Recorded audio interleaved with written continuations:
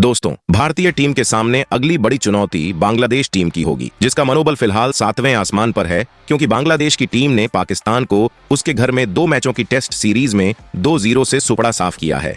दोस्तों, 19 सितंबर से बांग्लादेश का भारत द्वारा शुरू होगा, जहां पर दोनों टीमों के बीच 2 मैचों की टेस्ट सीरीज और 3 मैचों की T20 सीरीज खेला जाना है, जिसके लिए BCCI ने पहले ही शेड्यूल को फाइनल कर दिया था। हाल ही में श्रीलंका के खिलाफ खेले गए 3 मैचों की T20 सीरीज सूर्य कुमार यादव की कप्तानी में जीतने के बाद टीम इंडिया के सामने अब बांग्लादेश की टीम 3 ही मैचों की T20 सीरीज में भिड़ने वाली है। तो ऐसे में इस 3 मैचों T20 सीरीज में बांग्लादेश की टीम का सुपड़ा साफ करने के लिए BCCI ने अपनी 15 सदस्यों की युवाओं से भरी हुई नई भारतीय टीम का ऐलान कर दिया है, जहां पर इस T20 स्क्वाड से तेज गेंदबाज जसप्रीत बुमराह और ऑलराउंडर खिलाड़ी शिवम दुबे समेत कई बड़े खिलाड़ियों को बाहर का रास्ता दिखाकर अब उनकी जगह पर हाल ही में T20 में अपनी बल्लेबाजी और गेंदबाजी से धमाकेदार प्रदर्शन कर सबका ध्यान अपनी ओर खींचने वाले लेग स्पिनर गेंदबाज रवि बिश्नोई और ओपनर बल्लेबाज अभिषेक शर्मा समेत की नए युवा खिलाड़ियों को अपने इस स्क्वाड में शामिल कर बांग्लादेश टीम के बने नए कप्तान नजमुल हुसैन शांतो समेत पूरी बांग्लादेश की टीम को BCCI ने भौचक्का कर दिया है। वहीं पर इसके अलावा IPL 2024 में शानदार प्रदर्शन करने वाले 2 खूंखार खिलाड़ियों को भी इस स्क्वाड में शामिल कर BCCI ने टीम इंडिया की बांग्लादेश के खिलाफ T20 सीरीज में जीत पक्की कर दी है। वहीं पर कई नए खिलाड़ियों के भारतीय टीम के इस T20 स्क्वाड में शामिल हो जाने से टीम इंडिया की T20 स्क्वाड पहले से बेहद मजबूत हो चुकी है। तो ऐसे में इस T20 सीरीज के लिए भारतीय टीम की प्लेइंग 11 में भी होंगे कई बड़े चौंकाने वाले बदलाव, जिसे देख बांग्लादेशी टीम के जरूर छूटेंगे पसीने। तो दोस्तों, इस नए वीडियो में हम आपको बताने वाले हैं बांग्लादेश और इंडिया के बीच इसी महीने से खेले जाने वाले 3 मैचों के T20 सीरीज का क्या होने वाला है पूरा शेड्यूल। वहीं पर भारत और बांग्लादेश के बीच इस रोमांचक T20 सीरीज का पहला T20 का बड़ा महामुकाबला कब और कहां खेला जाएगा। वहीं पर इस T20 सीरीज का लाइव टेलीकास्ट टीवी और लाइव स्ट्रीमिंग मोबाइल पर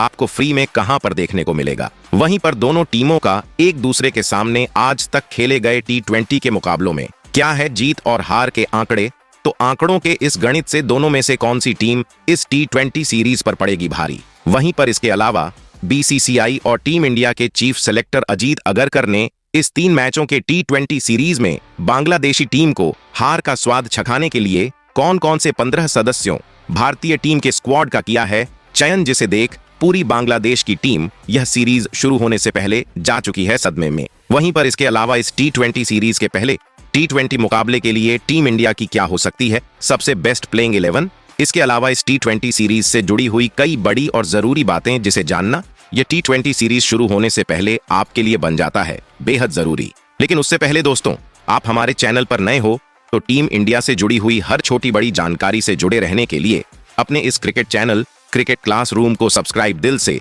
इस वीडियो को एक लाइक और शेयर करना बिल्कुल ना भूले। तो दोस्तों, इस वीडियो की शुरुआत करते हैं इंडिया और बांग्लादेश के बीच खेले जाने वाले 2 मैचों की टेस्ट सीरीज और 3 मैचों के T20 सीरीज के पूरे शेड्यूल से। तो दोनों टीमों के बीच सबसे पहले 2 मैचों के टेस्ट सीरीज का आगाज होगा, जहां पर पहला टेस्ट का बड़ा महामुकाबला 19 सितंबर दिन गुरुवार से चेन्नई के MA चिदंबरम स्टेडियम में, तो वहीं पर दूसरा टेस्ट का बड़ा महामुकाबला 27 सितंबर दिन शुक्रवार को कानपुर के ग्रीन पार्क स्टेडियम में भारतीय समयानुसार सुबह 9 बजे से खेला जाएगा। वहीं पर अब अगर टेस्ट सीरीज के बाद खेले जाने वाले T20 सीरीज की बात करें तो पहला T20 का मुकाबला 6 अक्टूबर दिन रविवार को चेन्नई में, तो वहीं पर दूसरा T20 का बड़ा महामुकाबला 9 अक्टूबर दिन बुधवार को दिल्ली में, तो वहीं पर इस T20 सीरीज का तीसरा और आखिरी T20 का बड़ा महामुकाबला 12 अक्टूबर दिन शनिवार को हैदराबाद में भारतीय समय अनुसार शाम 7 बजे से खेला जाएगा। वहीं पर इस टेस्ट सीरीज और T20 सीरीज का लाइव टेलीकास्ट हमको टीवी पर स्पोर्ट्स 18 नेटवर्क चैनल पर,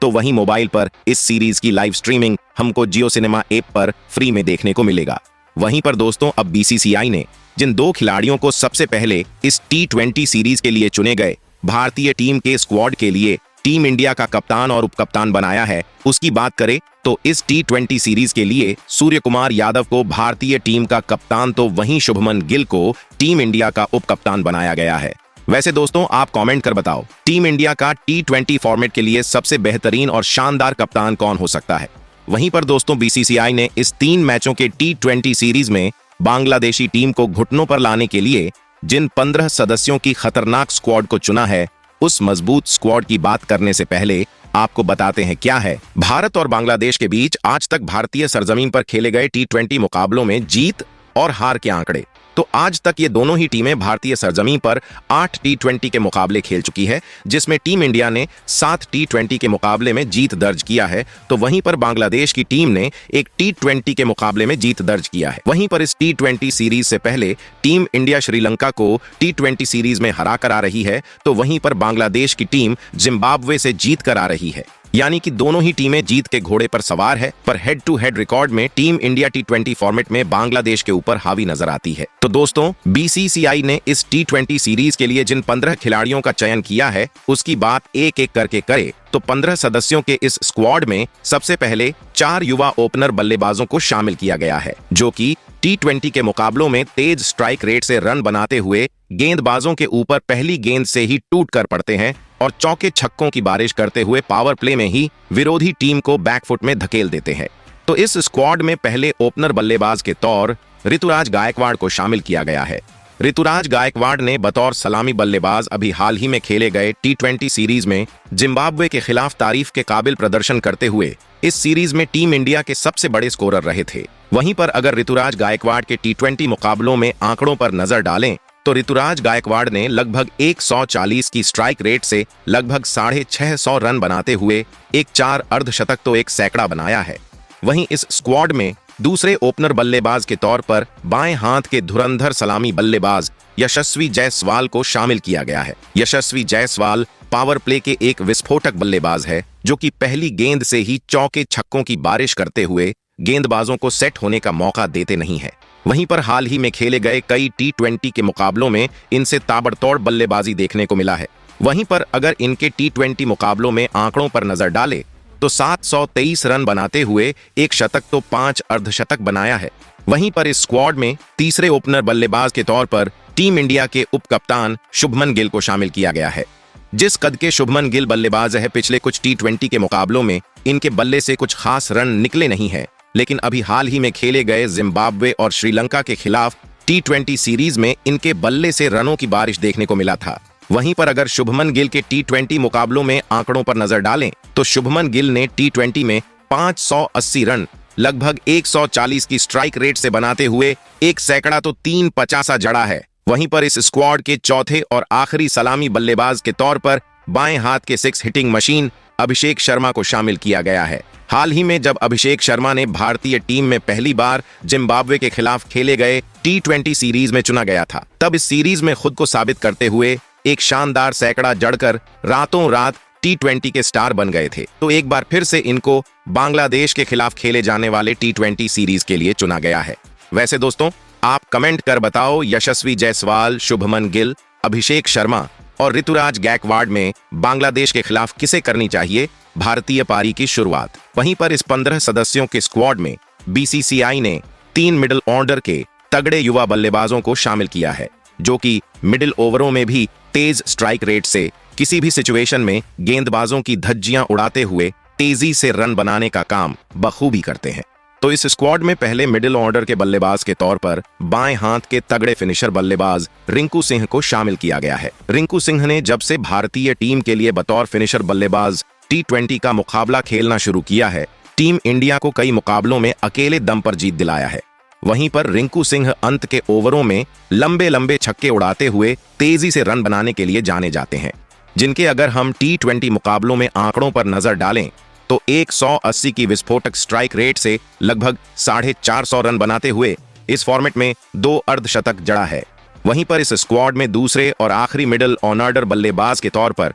भारतीय टीम के कप्तान और पिछले 2 सालों से T20 में अपनी बल्लेबाजी से गर्दा उड़ाने वाले सूर्य कुमार यादव को शामिल किया गया है। सूर्या फिलहाल T20 फॉर्मेट में ICC रैंकिंग में ट्रेविस हेड के बाद नंबर 2 पर मौजूद है, जिन्होंने अभी श्रीलंका के खिलाफ खेले गए T20 सीरीज में टीम इंडिया के जीत में अहम रोल अदा करते हुए प्लेयर ऑफ द सीरीज भी चुने गए थे। वहीं पर अगर इनके T20 मुकाबलों में आंकड़ों पर नजर डालें तो लगभग 170 की बेहतरीन स्ट्राइक रेट से रन बनाने हुए 4 शतक और 21 अर्धशतक जड़ा हैं। वहीं पर 15 सदस्यों के इस स्क्वाड में बीसीसीआई ने 2 बेहतरीन युवा विकेटकीपर बल्लेबाजों को शामिल किया है। तो इस स्क्वाड में पहले विकेटकीपर बल्लेबाज के तौर पर संजू सैमसन को शामिल किया गया है। संजू सैमसन का फॉर्म फिलहाल टी20 फॉर्मेट में बेहद उतार चढ़ाव भरा देखने को मिला है, जहां पर अब भी हाल ही में खेले गए श्रीलंका के खिलाफ टी20 सीरीज में संजू सैमसन से बेहद साधारण प्रदर्शन देखने को मिला था। तो ऐसे में आगे आने वाले टी20 सीरीज के लिए टीम इंडिया के स्क्वाड में बने रहने के लिए